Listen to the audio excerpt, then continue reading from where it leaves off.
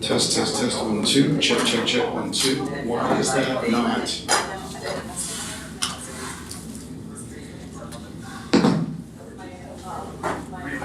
Everything that works perfectly. Back up and over.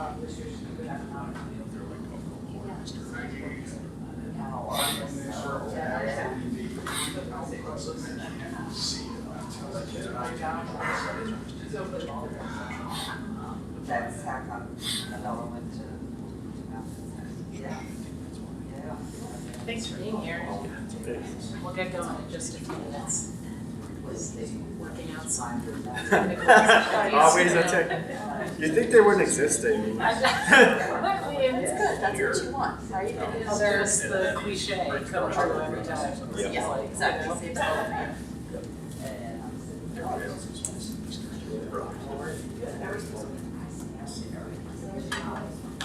Great.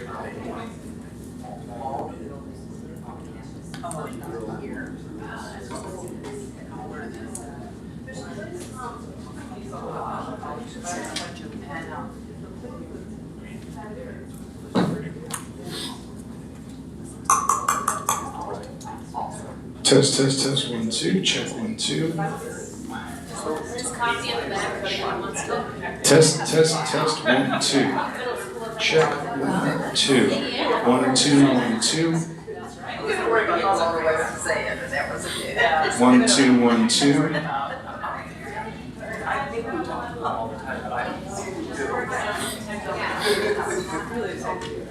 Test, 1, 2, 1, 2. Check, 1, 2, 1, 2, 1, 2. Hey Josh, how are ya? How are you? Check, 1, 2.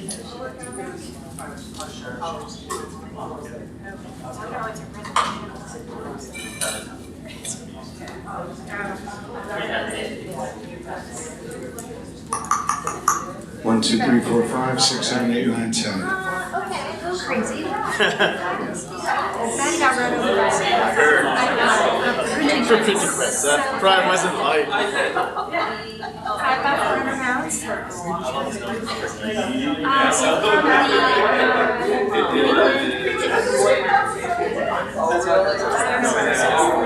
have no idea where it is, but that's where it comes from. It is in, 1800s. Yeah, no, yeah. And the funny thing, the hard part is that because it had so much momentum, when the first set of wheels went over, the second one no, they could not stop it. So, yeah, so that's been fun. So she's injured and exhausted. Good combination. Yeah, I'll get there.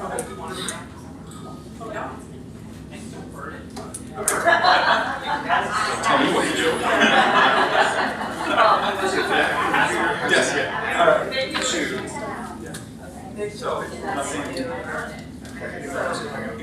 She goes taking the class. There's just stuff that they some of them don't know how to make.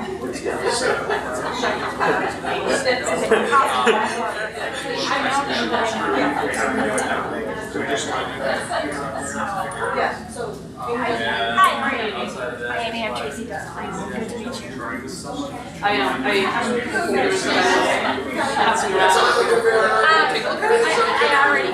so. The Google is dangerous. I'm just gonna like put a little bit of They just sent us names, mostly just to figure out where you were coming from, what you had done, and then they'll be the dead page. So, not anything like wild. there is actually though. Yeah, I don't know that I found anything interesting on any of the candidates. It's just, I just want to go through their LinkedIn pages because they didn't send anything. They just had names. Or your resumes or your LinkedIn pages or something. It's right there. Yeah. That would have been enough for them. Yeah, just like thank you.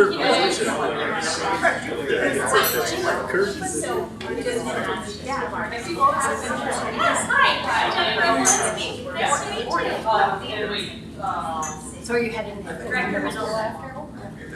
It's here. Are they here? Yeah. In this room?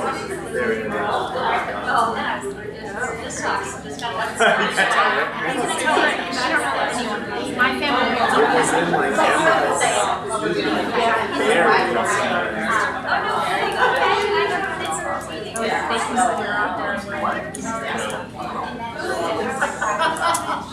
That mic's on.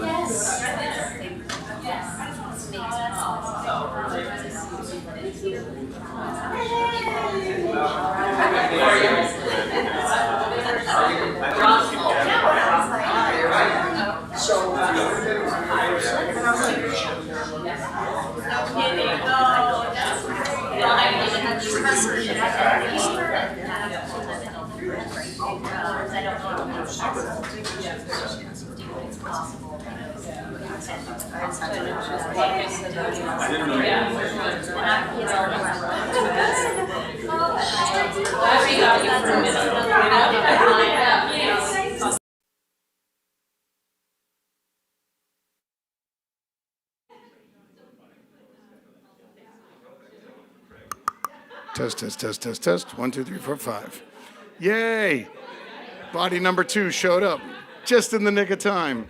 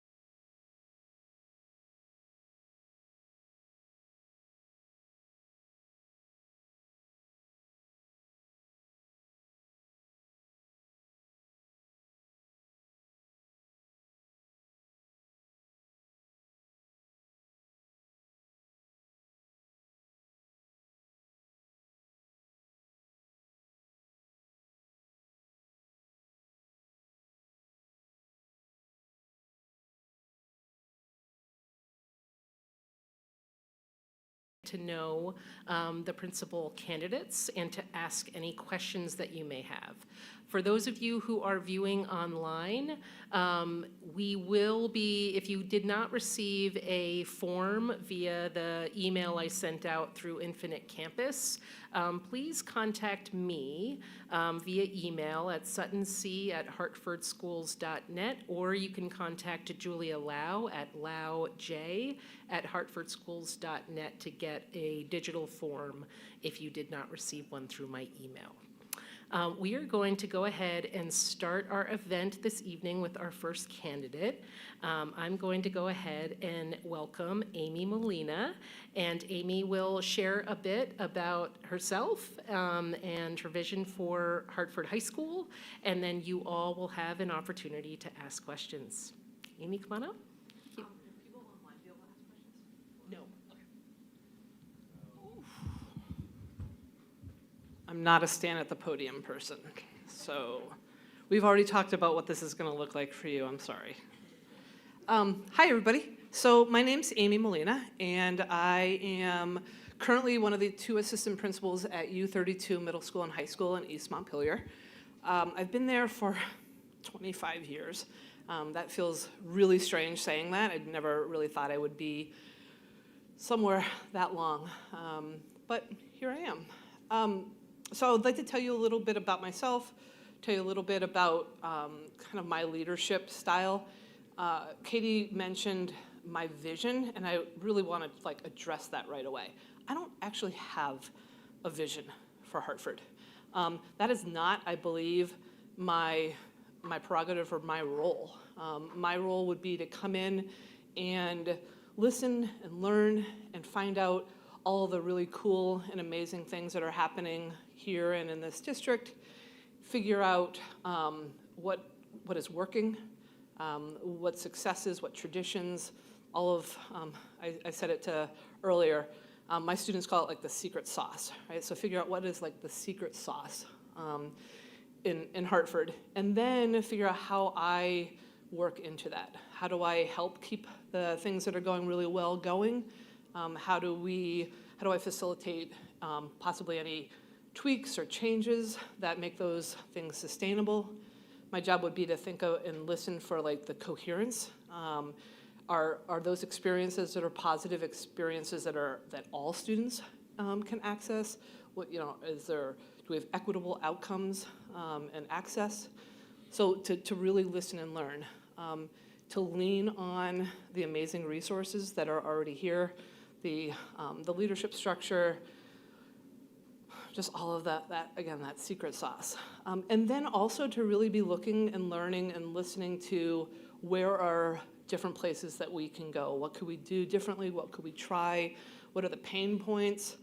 And then really, like, what can we do? And my idea around leadership is to listen to those things, to help create what we can create, and then get a lot of input and feedback about where we go. It's not to sit in an office and say, this is what we're doing, this is how we're doing it. I said to one of the leadership teams earlier, I can make a decision. I can make good decisions. I can make them quickly when that's important. Certainly when it comes to student safety, when it comes anything that's an immediate health problem or thing to address, I can make those decisions and I can make them really well. And when I can, I really want to be listening and learning from the people around me. That iterative process. What are we doing? Why are we doing it? What are our outcomes? What are we trying to achieve? Are students centered in these decisions? How will they be better? And then get feedback. And one of the places that I really enjoy feedback is from our young people. The students that we are serving should have a very big voice in what their experience is here. And so I will ask them a lot of questions. I will talk with them.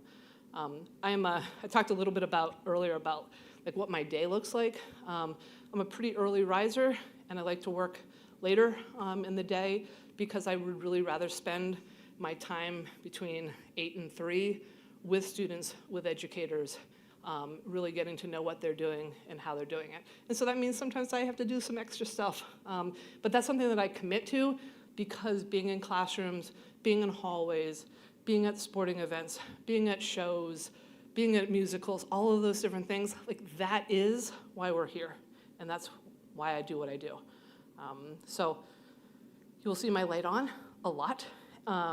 And I also joked earlier, I hope there's like a really good place in town that has great almond croissants, because that is like my like go-to thing. I always have to find out where the great almond croissants are because they also means that that's where the community will hang out, and I will get a chance to learn and grow and live beside the people that are really important. So I talked about vision. I am huge about relationships, and I know probably everybody says that, but I truly invest in getting to know the people that I'm working for, working with. I want to build trust, and you do that through listening, being present, being available.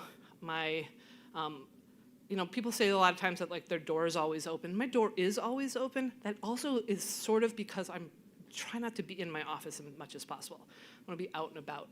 I want to be in classrooms. I want to really hear and see what our students are learning about, how they're being taught, what they need to be successful, and really what our educators need. Let's see. I have a couple of non-negotiables about how I show up in my work.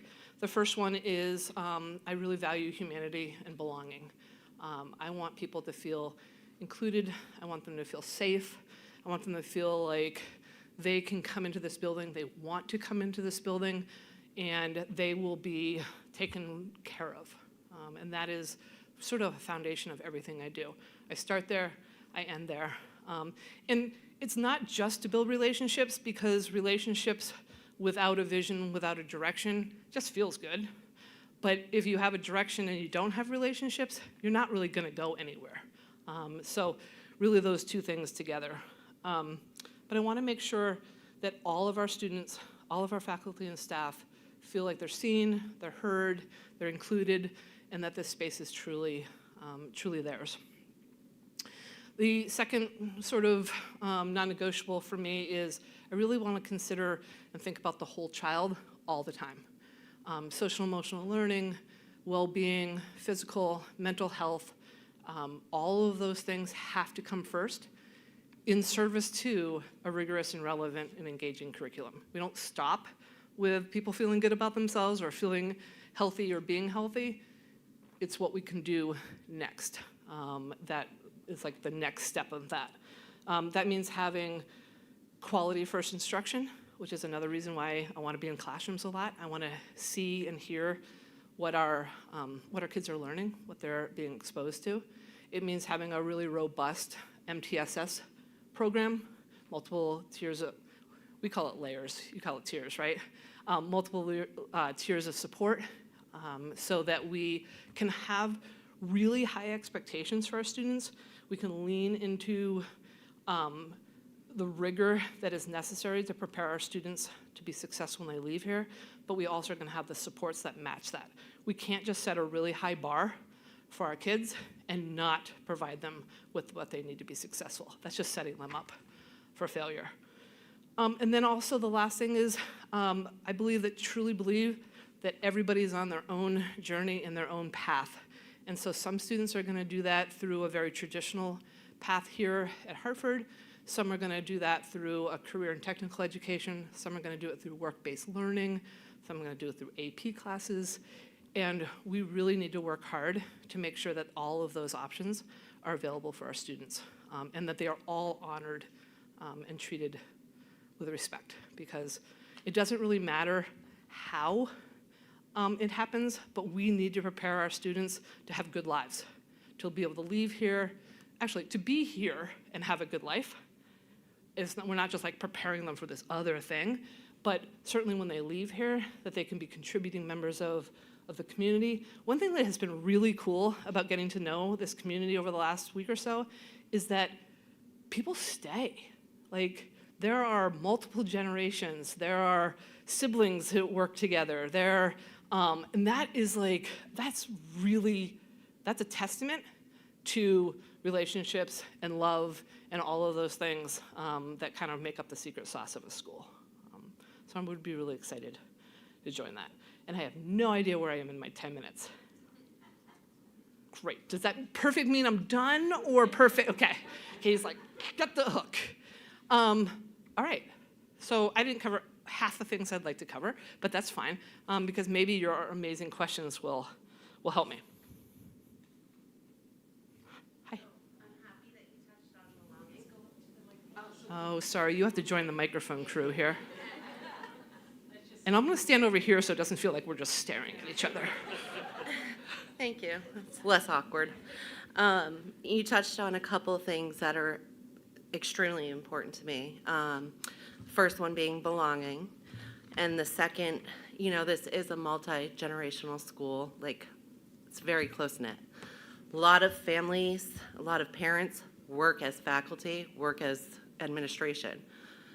Both good and a bad thing. But in my experience lately, a lot of that is used for opportunity for their own kids. So their children have better opportunities than the rest of the children.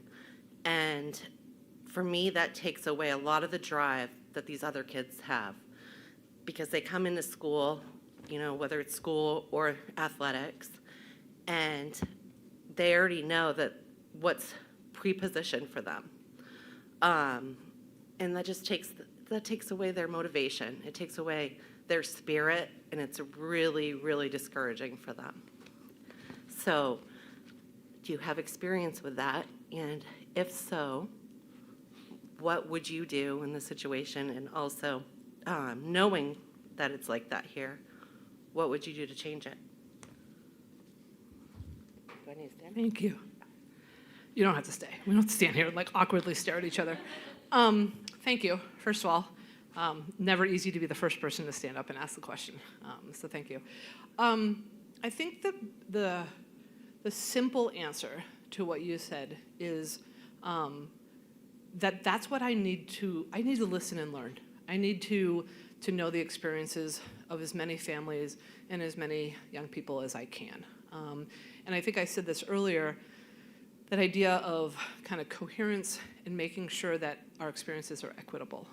And I do have experience with that. I am in a place where there are times where it feels like it might be predetermined, your path, or predetermined your ability to be successful. And that doesn't feel good, and it shouldn't feel good. And so my goal, my role is to collect those stories, work with a team to just kind of suss out what can we do differently. Right now at U32, one of the things that we embarked on about 1.5 years ago is we did this like huge listening tour. We did surveys, we did a lot of empathy interviews, so it's like just sitting and listening and talking. Well, actually not talking, listening to other people talk. And we found things like that. And those are the things that we've been looking to address, that we want positive experiences to be positive experiences for everybody. It doesn't matter what your zip code is, it doesn't matter what the name on your back of your jersey is, any of those things, that nothing should be predetermined. And I won't know what those stories are, what those needs are, until I get a chance to talk with the staff, sit with parents, and listen to kids. But that is one thing that I would look forward to, because I think that a school should be the great equalizer, right? We shouldn't, and we're not lowering the bar, we're raising the bar for everybody, and we have to figure out how to do that. And I can do it. Thank you for sharing that with me. Appreciate it.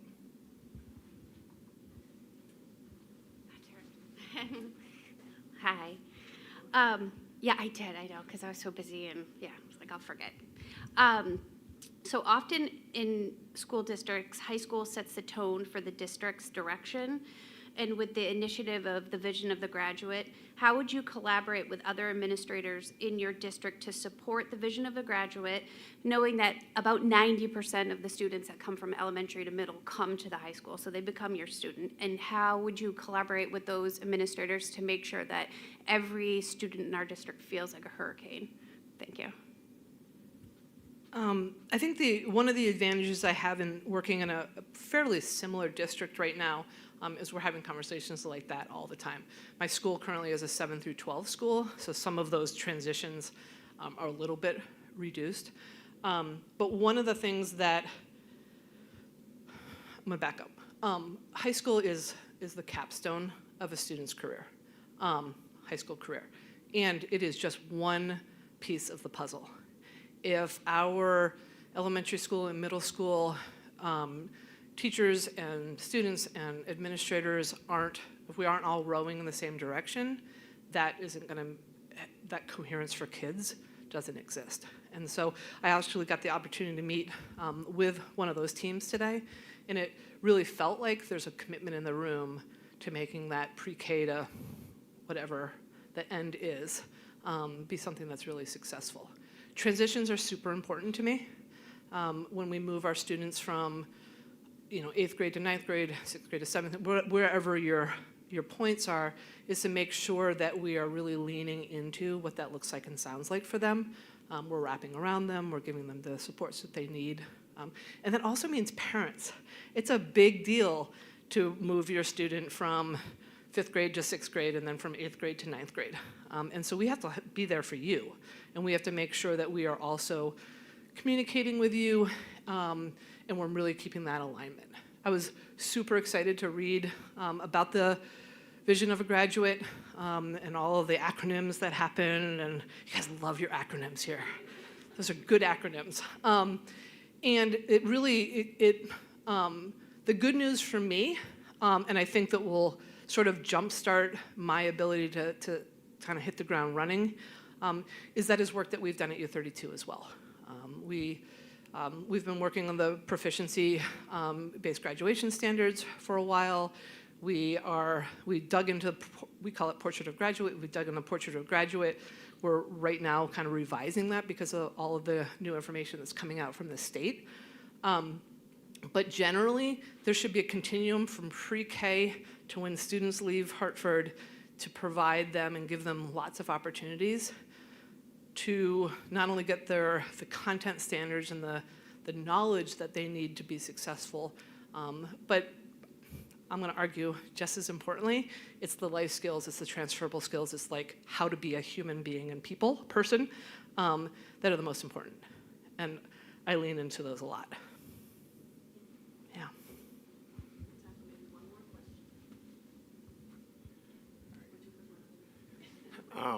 So I guess kind of along the vision and right, visions and strategic plans are great, right? They give you where you want to go. What would you do to make sure we meet those, right? How would you measure that metric that you're meeting those as a school and also as an individual, right? In towards the individual plan for each student. That is definitely some work that I think that I need to listen and learn about. I need to know a little bit more. Sometimes finding stuff on your website is not as easy. And so I talked a little bit about outcomes, right? Outcomes, did I hit a sore spot? Sorry, Katie. Put my foot in there. I'm gonna work on a website. How's that sound? Finding out what our community values is super important. And figuring out, and that's work that we do in the community, I think that's work that has already been done extensively with the vision of Graduate, is what does this community want for its young people? And then, what I can't quite figure out, and will rely on my good friends, my leadership team and superintendent, is to figure out like how are those things measured? How are those outcomes measured? And I believe that standardized test scores, AP tests, VitCap, I think you guys use STAR assessments, kind of boots to the ground type of assessments. Those are important for us to pay attention to because they help us sort of gauge what we're working on and what we're doing. And it's all the other things. It's the street data that when we're talking to local businesses, it's the work with the tech center, it's work with parents, it's listening to young people, like what are they getting out of here? And those are the things that like I just need to spend a lot of time getting the vibe. I talked about a vibe, like you have to know what the community needs, what the vibe is, and then we work as a team to put those things into place. And I don't have that vision right now. My job is to listen to what your vision is, and then put those action steps into place. All right, hopefully this is a quick one. Gosh, if I'm talking, it's not going to be quick. I'll be fast. So one of the things that makes Hartford incredible is the diversity within the student body and the town itself. There is a lot of socioeconomic diversity here, more so than some of the surrounding towns, and we are a sending school. I'm wondering, do you have experience working with a student population where a lot of students are experiencing homelessness, insecurity of different kinds, and the kind of supports and sort of, I know you talked about the multi-tiered supports, but have you, I don't really know what how much affluence is at U32. I had an idea in my head back in the day, but I don't know anymore. And I'm just wondering if you're familiar with kind of the supports that really do come with the needs of that community. I would say that the diversity at U32 is very similar. It's really around political and socioeconomic diversity. So yes, I have a lot of experience. We were talking earlier, I was really excited. One of the things that sounds really amazing to me and different is that, I don't know if it's the rural nature, we're a little bit more rural in central Vermont. I know you guys claim to be central Vermont too, but we're really central Vermont. Is there's not a lot of community resources. And so a lot of the work that I have to do day in, day out is providing some of the things that maybe in other places are done by the community. And it sounds like there is an amazing community support from here, whether it's from mental health or food insecurity, all those different things. And more schools are being asked to help and provide those. I would say that for me, that trauma-informed approach to working with students is the number one thing that I can say that I can promise, is that I want to approach students who are struggling with a curiosity, not an assumption. I'm going to look and dig into what's going on for them. Are their struggles caused by something that we can help out with?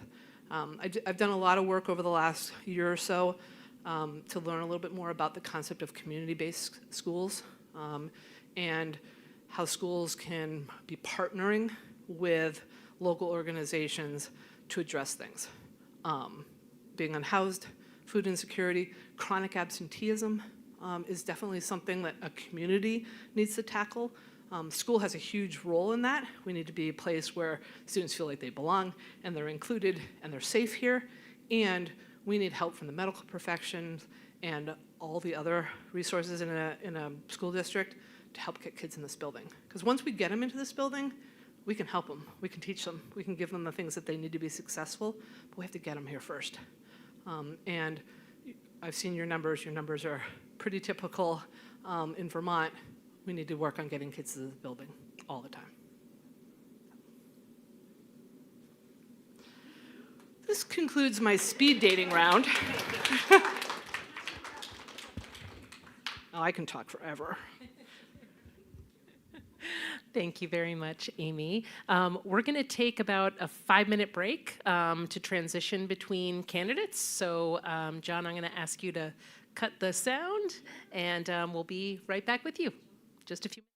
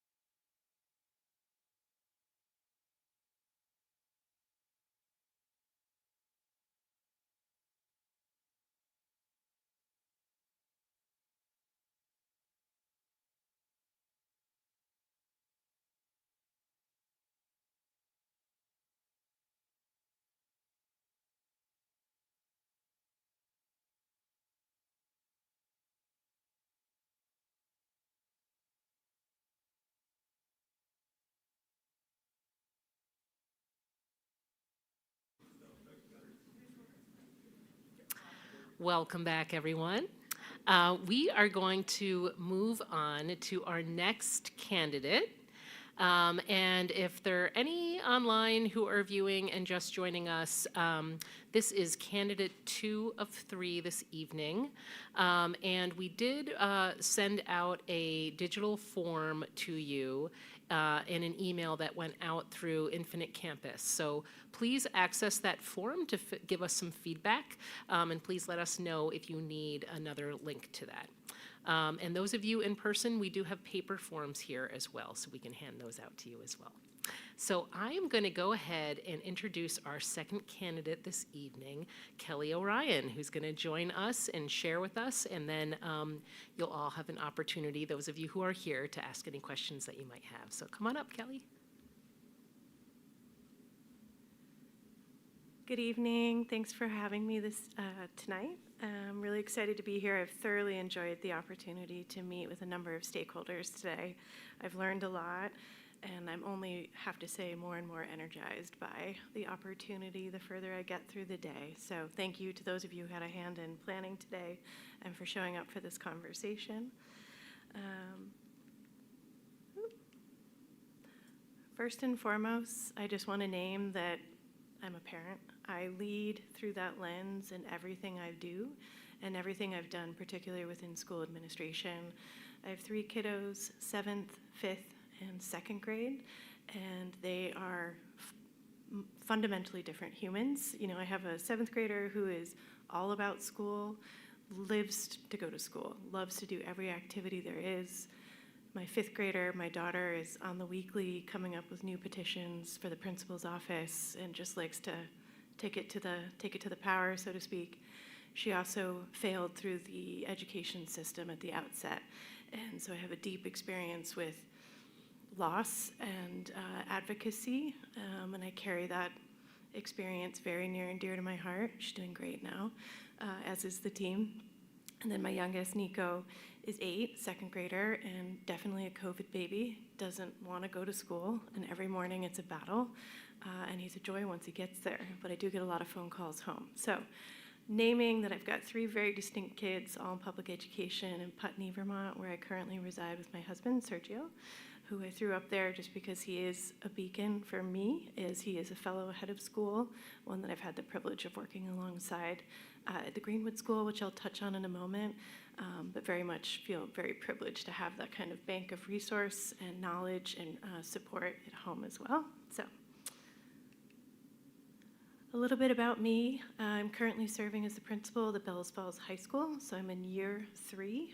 So Bellows Falls, about 45, 50 minutes south of here, school of about 300 students, 9 through 12. Every day is an adventure. I think there's a lot of shared experiences and what I heard from students and staff, and what I understand some of the pressing realities that you have unfolding here. Whether it's the PCBs, we've got those. Been managing through that. The building infrastructure, I've done over 10 million in renovations over the last 3 years. The NEASC accreditation, the building the compliance systems, literally from the ground up, working on school climate, working on innovation with increasingly limited resources. All of those things I've been doing over the last 3 years. Prior to being asked to step into this role, I served as the district equity and Title IX coordinator, so served in that role for 1 year and really helped the district build their compliance systems from the ground up. And I think the piece that I take most amount of pride in, it was the student perspective that was incorporated into that work, which persists to this day. And by that, I mean the education, the training, the advocacy, the ensuring that students, alongside adults in the community, had equal and supportive access to reporting out on concerns in a timely manner. And that was very, very important, I think, in helping us get ahead of addressing climate needs in a timely and transparent way. Prior to public education, so I've been in the district about 4 years. I served as the Dean of Students and Director of Equity at Landmark College down in Putney, Vermont. I was there for a little over 5 years through COVID. In that role, I oversaw the daily, kind of day-to-day operations of the school in terms of residential life, new student orientation, family orientation, all the COVID logistics, student activities, athletics, things of that nature. Worked very closely with the academic team, particularly around advising and academic intervention. And one of the things I'm most proud of my time there was overseeing our Centers for Equity and Inclusion. At the time, those were staff-led, and one of the biggest changes that we made in my time there was putting students at the helm of those different centers, which I think was a critical piece that positively impacted the student experience and the ability and willingness to persist through some really hard things. And so we're seeing some of the equity indicators around graduation and persistence and belongingness went up with that change and continue to do so through today, which I'm very proud of that. Also very proud, for those of you who aren't familiar of Landmark, it's one of the only institutions of higher education that works exclusively with neurodivergent students. And I think from that experience, I feel incredibly privileged to have been there and all the academic institutions I've been at. But that one has really stuck with me and will forever stick with me, both in terms of the power and potential that a school can hold, right, when the environment is thoughtfully tailored to student needs, but also really carried with me the stories and experiences that hundreds upon hundreds of those students had had in navigating public education, and particularly, not all with glowing reviews. So I carry that sensitivity always. Prior to working at Landmark, I also worked at the Greenwood School, also in Putney. So it was an all-boys residential school for students with learning differences. So I started there as a teacher, teaching writing, health and social pragmatics, and also was a dorm parent. So I had the privilege of being a dorm mom and getting those 12 ADHD neurodivergent boys to school every morning, 2 classes, rooms cleaned, back home again.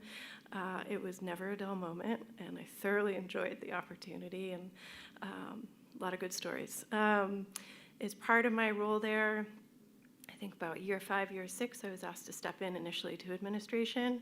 I served as the Dean of Students and Director of Social Pragmatics, and oversaw all the day-to-day operations of the school, including advising, parent communication, student conduct, executive function coaching, supporting teachers. There were a lot of hats. Those of you who are familiar with private schools in particular, there's even more hats than public, which is a little hard to imagine.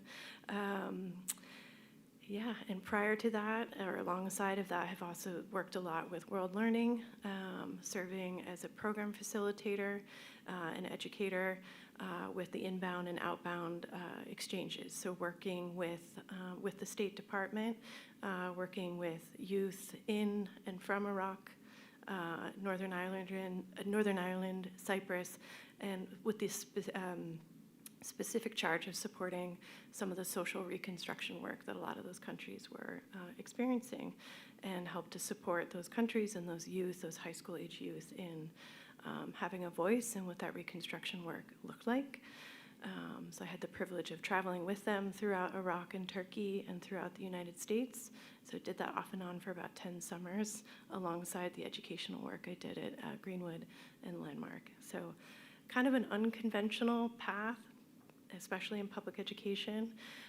But in summary, I think the things that I would carry through each of those experiences are, I have always worked very hard to center youth voices. I think that is critical to having a healthy community.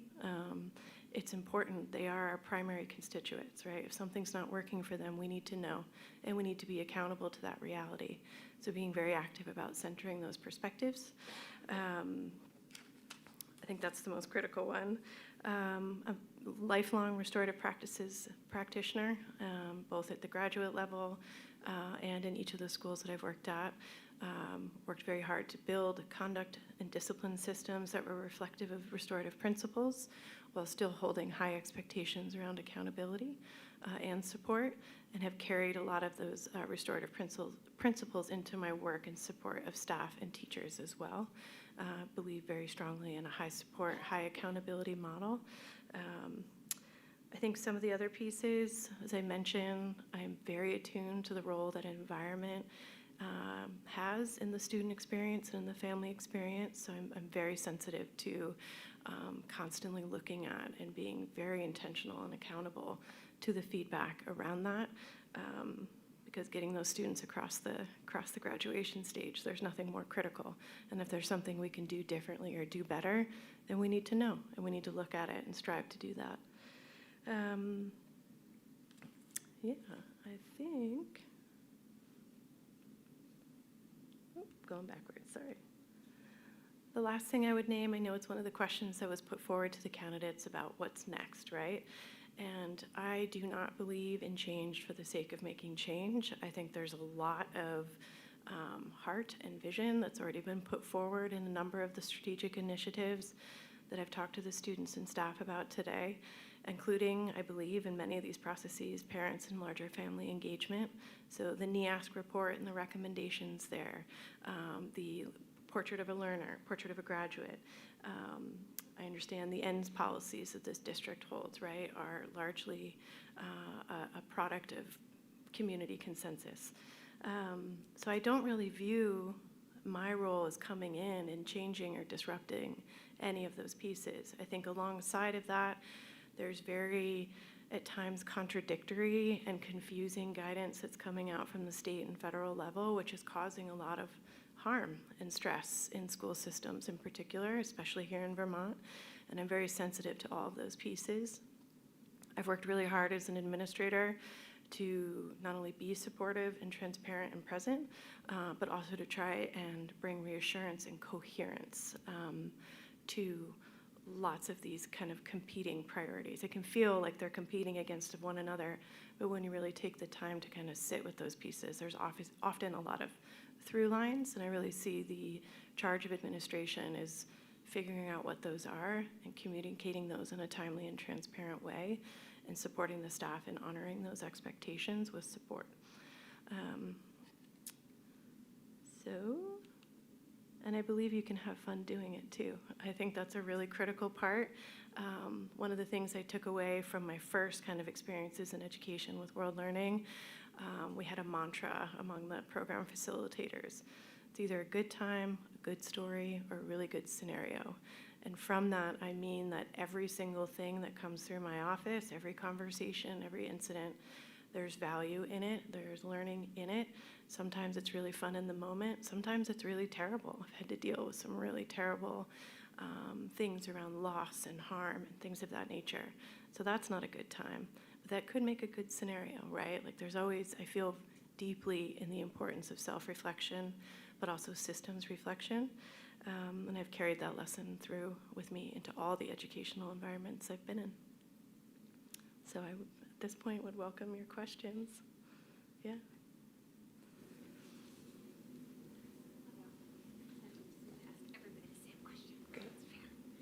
Hi, how are you? Good. So in school districts, the high school often sets the tone for the district. With the initiative that we're set out with the Vision of Graduate, how will you collaborate with other administrators in our district to support the Vision of Graduate and make every student in our community feel like a hurricane? Thank you. It's a great question. Having recently completed the NEASC work at BF High School, we just had our decennial visit about 3 months ago. One of the things that I really liked that NEASC is doing is they've moved away from the language of a portrait of a graduate to the language of a portrait of a learner. Because I think for a long time, the language around that could unintentionally send a message that it was exclusively the high school's responsibility, right, to put forward, when in fact, we know, systems know, families know that there needs to be continuity in the experience and expectations, and that teams need to work together to kind of manifest that. So I feel very strongly and carry a lot of that sensitivity. I know in my current school district, that has been a big charge over the last 2 years, is particularly at the middle school, high school level, is getting our teaching teams and our administrative teams together with more intention to talk about vertical alignment, to talk about school climate, to talk about students and processes that that we're not constantly reinventing the wheel or contradicting one another. So I won't pretend that I have a perfect system. I'm just going to name that I agree with the importance of it. And that's been a very active part of the work that I've been doing. Yep.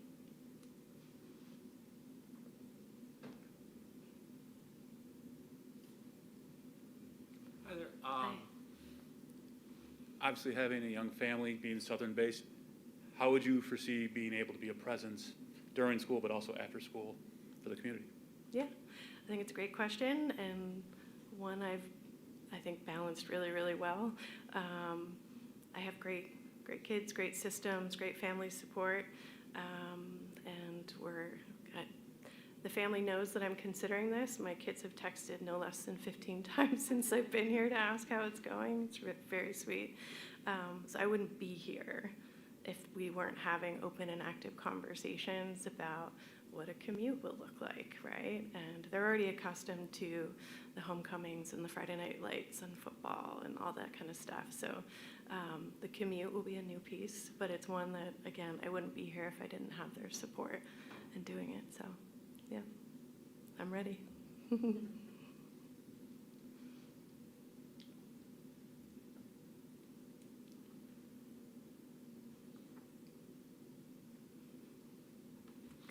Okay, hi.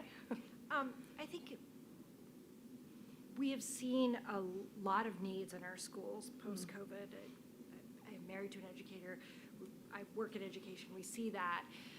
I think my experience here, I'm a parent of a 10th grader and a 7th grader, is that that some of the ramifications of that have been a decrease in rigor in the classroom, and I think particularly around reading and writing, and I'm really concerned that we are not preparing students for success post-graduation, particularly if they are choosing to go on to college, and that is a disservice to all of our students. I'm wondering how you balance kind of diverse needs in the classroom with faculty sanity, and Yes. Because I think the answer is always like, well, they can differentiate, and Right. that is a challenge in a classroom, particularly in a high school classroom, and with kind of academic rigor that adequately prepares students for whatever they want to do after their high school career. Yeah, great question. A couple thoughts on that one. One, part of the NEASC work that we have done over the last year at Bellows Falls was very specific to the written curriculum, and I know that's been a key focus moving forward for this community as well. And in doing that work, which is still ongoing, primarily to acknowledge that exact issue about we're not going to lower the standards. That's not fair. Everybody loses in that scenario, right? And it does place increased demands on the learning environment and the teacher in particular. So again, in the interest and in the spirit of honoring coherence, right? When we did that written curriculum work, we were very intentional and still doing this work when we outline the updated proficiencies for each of the courses, taking just as much time to talk about assessment and intervention as we are about extension, right? So I think one of the realities of Act 73 is that we're not going to be able to, or it'll be increasingly challenging to create lots of differentiated courses, right? So it's not like we can just start splitting. I think that's another lose-lose scenario. So we're going to have to work more intentionally to meet those needs. And I think giving the teachers the time and the space to talk through those extension and intervention pieces, everybody wins. I think one thing we're looking at right now, we also follow a block model, is how do we reconfigure perhaps at times what the structure of the block looks like, right? Again, to meet the needs. So that's another one. I think two other things that we've done at our high school that I know other high schools are also considering is we've kind of radically transformed the delivery of special education and intervention in my high school. So we've moved a lot more strongly to a co-teaching model, for example. So before, a lot of the students were being pulled out for services, whether that was for intervention or special education, and now we're pushing those folks in. And what we're seeing, for the most part, obviously there's still some students who deeply need and benefit from the one-on-one or two-on-one pull-out support, but for the most part, we're prioritizing that push-in support for students to allow greater flexibility for the gen ed teacher, the special educator, and the interventionist to work in the room, right? And so maybe they're doing station work, but in all of that, we're not losing sight of the extension, right? We're not lowering the bar, we're just layering in more support. And I think we're starting to see a lot of success with that, at least at my building level. I know the teachers have appreciated, even my deepest skeptics, that were very skeptical around the co-teaching model and concerned about the added work demands that that could place. I've been meeting one-on-one with the teachers who've been involved in that pilot this year, and they are all on board with continuing that model. They see the benefit to their instructional practices. They feel supported, they love the collegiality, and they feel like students' needs across the continuum are being better served. So I think I'm not going to sit here and say I know the perfect answer for this community. I haven't been in the building more than a day, right? I'm just naming that there are options out there, and I agree with you that dropping the bar is not the solution. Yeah.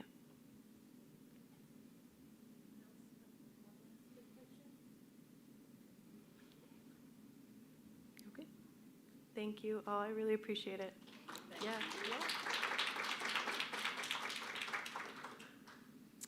All right, thank you, Kelly. We're going to take about a 5-minute break and we'll reconvene for our last candidate. Thank you.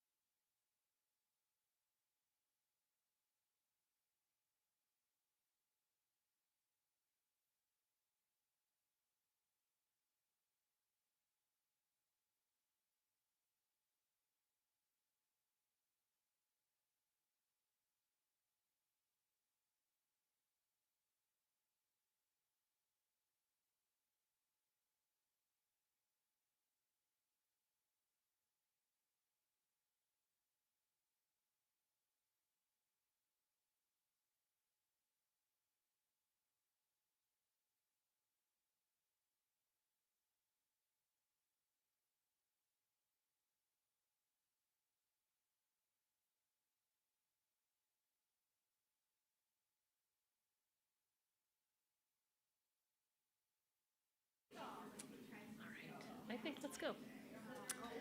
All right, welcome back, everyone. We are going to go ahead and introduce our last principal candidate to you all. Same format again, about 10 minutes of presentation, about 10 minutes of question and answer. And again, for those of you online, this is our last candidate this evening. And we'll go ahead and send out the form again in case you didn't get it through our other communication. But I'm going to go ahead and introduce Melissa Wyman, our final candidate this evening.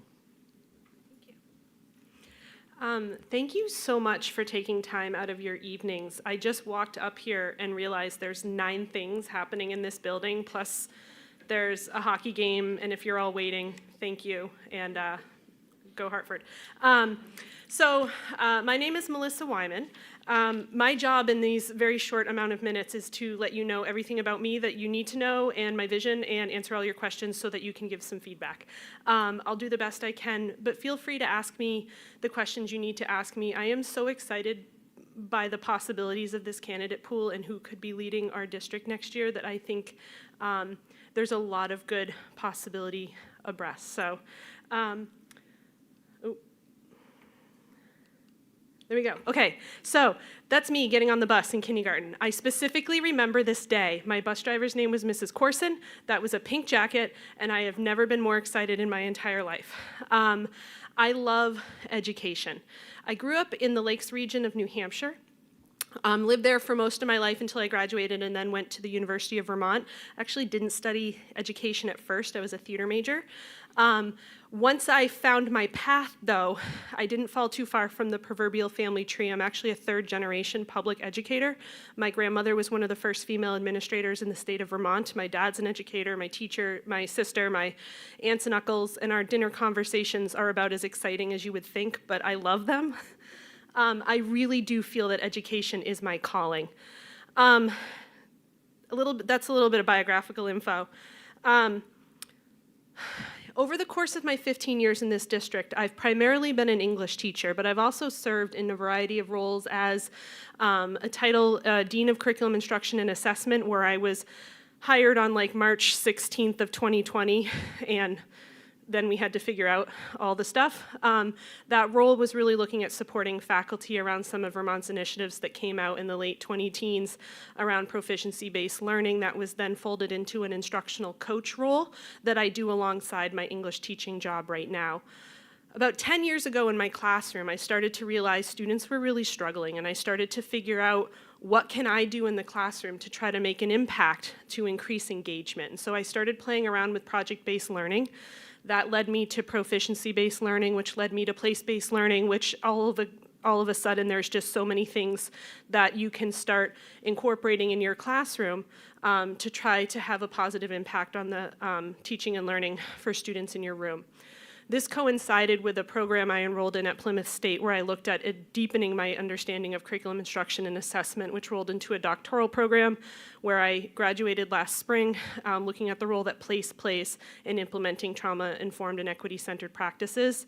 I don't actually think my doctorate makes me qualified for this, but the skills I learned while I was going through that program, I learned how to read and listen carefully.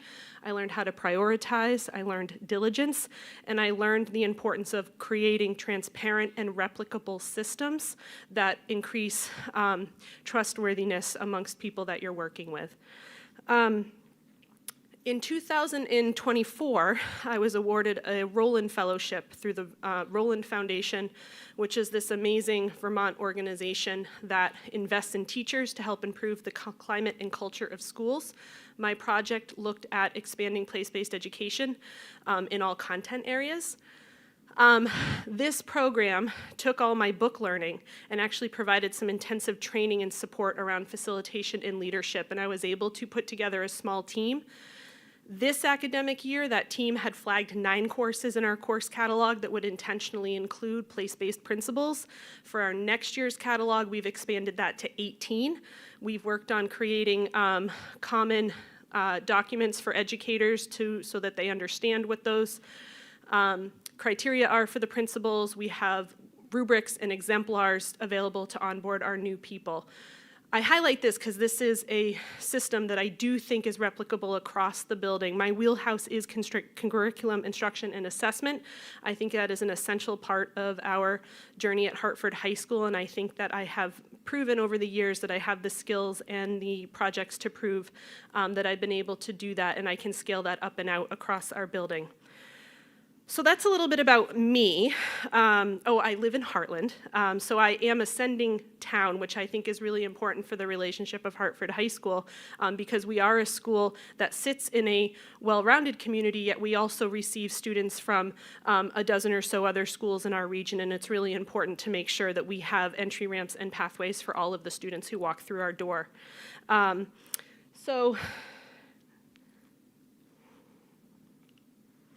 I want to talk to you a little bit about the vision that I have for Hartford High School, but I want to start with a short story before we do that. I want to tell you the story of a student named Allie.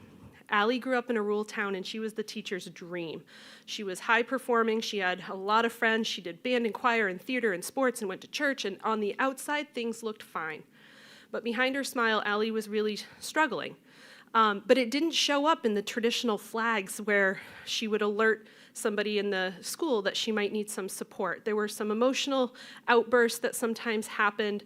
Sometimes she would not do well on an assessment, even though all of the quizzes she took up before then were really excellent. But it was never enough that anything was happened. She just kept going through. Behind the scenes, what Allie's teachers didn't know is that home was often really chaotic. Her mom was sick and frequently hospitalized, and sometimes just didn't know what was going to happen when she went home. I share this story because Allie's real name is Melissa Wyman, and we contain multitudes and many stories, just like the students who walk through our doors contain every single day. Oops, that's the wrong way.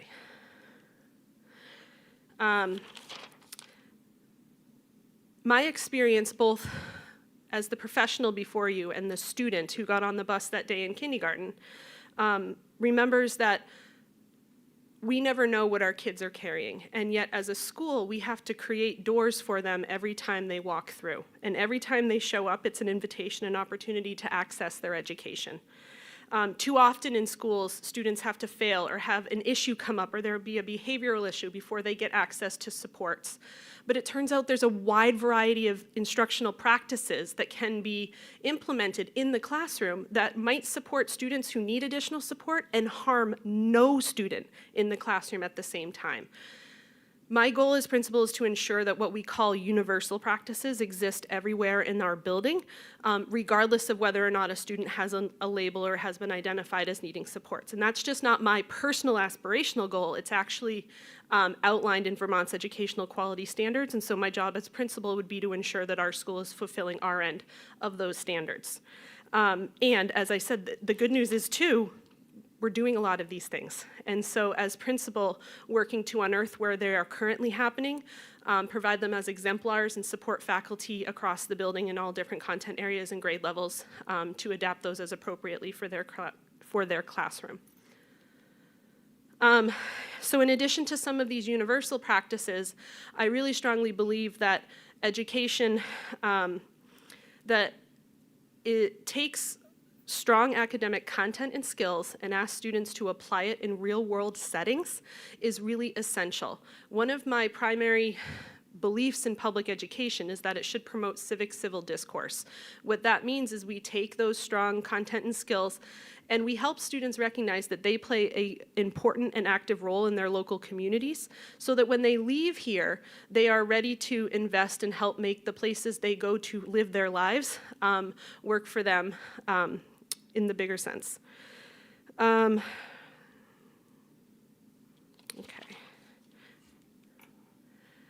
Overall, my vision for students at Hartford High School is that they leave knowing what they're capable of, not just simply that they've acquired X number of credits or completed X number of assignments or sat for X number of hours, but they leave with a strong understanding knowing how they can apply that work to whatever path they take when they cross our stage at graduation.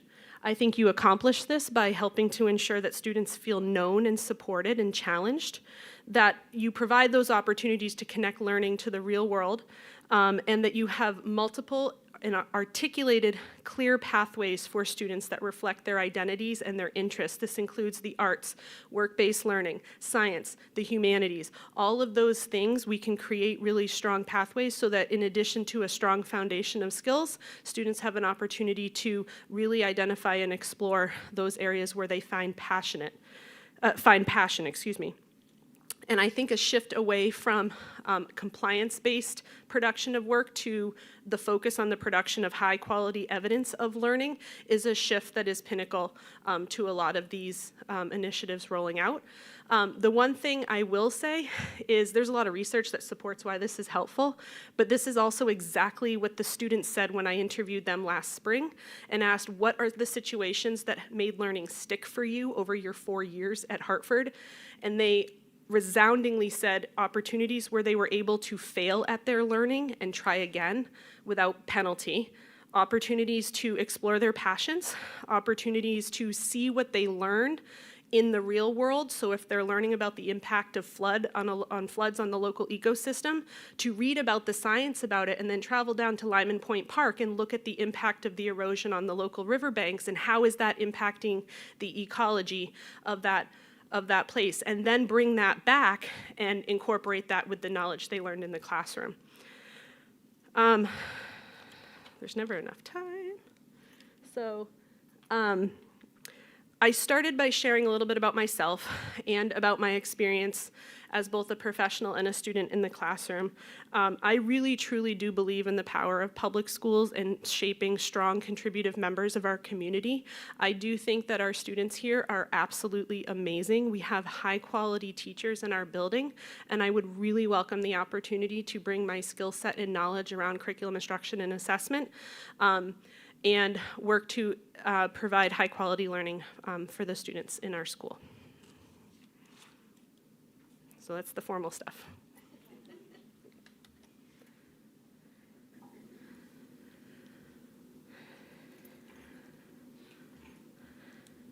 First of all, I love your energy. Thank you. And you sound very passionate, and that's awesome. And I like how you displayed your vision for Hartford High School.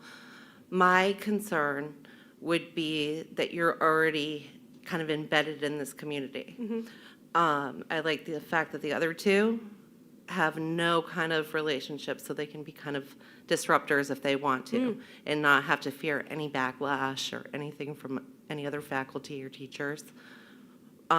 What would you say to people that share those same concerns as I have? Yeah, that's a super valid question, and it's something I've been wrestling with as well. It is a transition as you're an internal candidate taking on a leadership position. I have done that in our school and dealt with the backlash in a variety of ways. And while I didn't have a formal title as administrator, I still had to learn how to navigate transitioning from friendships to a professional evaluator of individuals. And it is challenging. I do consider myself a disruptor. There are plenty of people who will roll their eyes when I walk in and I start waving my, we're gonna talk proficiencies in place-based ed and all of these things, because I want our schools' systems to work together to support the students in our community, and I know that that means dismantling some of the systems that don't work. The benefit from being an inside candidate, and I'll use a short analogy, I don't need to find the light switches when I start. I know where they are and I can go right to the power lines. I think that is an effective way to accelerate some of that work so that I'm not waiting. A lot of times people say, I need to get my feet under me. Yes, I'm gonna have to get my feet under me in a lot of ways, but when it comes to the curriculum instruction and assessment in our building, I know what we need to do on day one in order to advance Hartford's alignment with the educational quality standards, our vision of a graduate, and move people together. Those social things require nuance. In general, my approach to supporting faculty is to start from a place of curiosity. But we have pretty clear policies in this district, and so when issues do come up, ensuring that people understand policies and that procedures are followed from an administrative end that document how people may or may not be struggling with a particular policy, but ensuring that those systems are followed. I would just rely on those current practices in the district in order to navigate those waters. And as long as you're applying the same standard across your faculty, I think that's what matters most. You can't treat people differently. I appreciate that question, though. Thank you.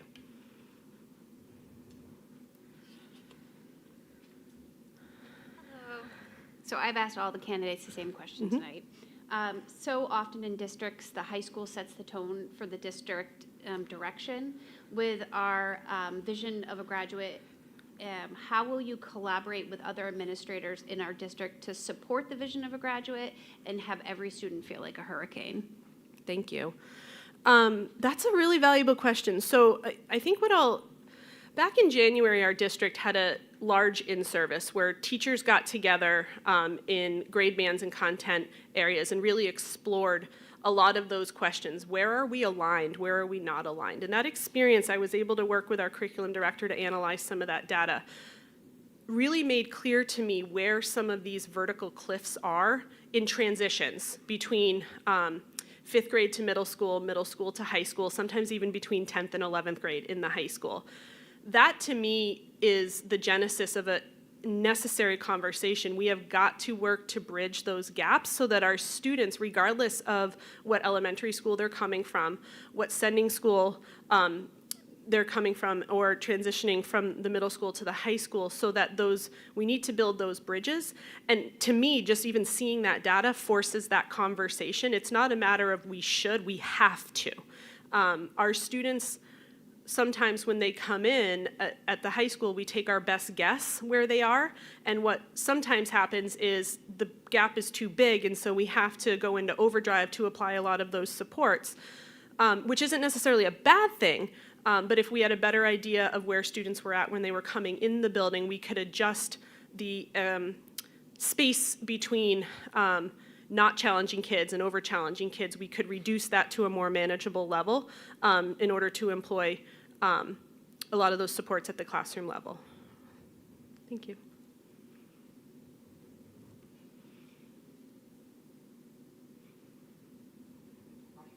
Yes.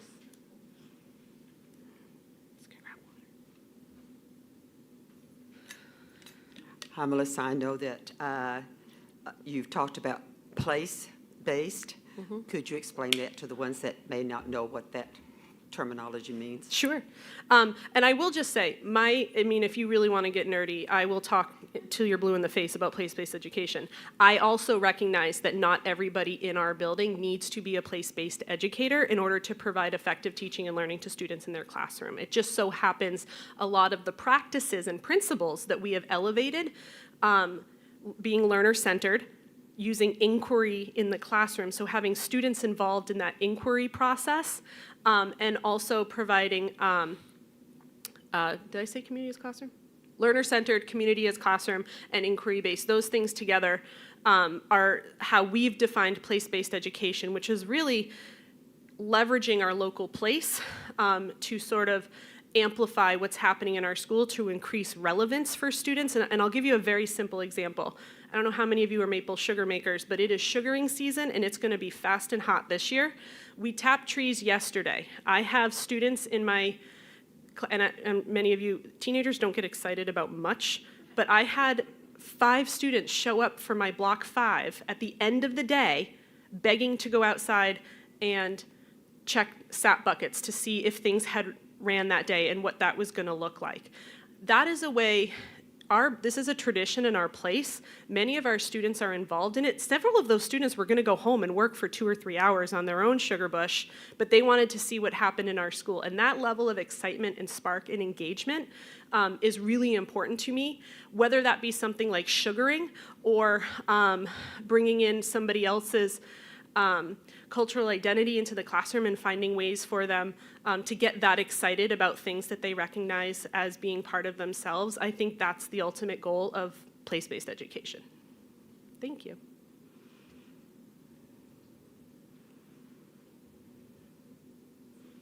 Awesome. Thank you so much. Am I good? Thank you so much for those of you who are able to attend in person and online. For those of you in person, if you could take a moment to fill out a feedback form, that would be really, really helpful to us. If you'd like to access it online, feel free. I will go ahead and follow up with another message to the community and reshare that digital form with you as well. Appreciate your time so much and your participation and engagement in the process. Thank you so much. Thank you to our candidates, and thank you to Julia Lau for helping to set up the events of the day, as well as our hiring committee. Thank you all. Have a great evening.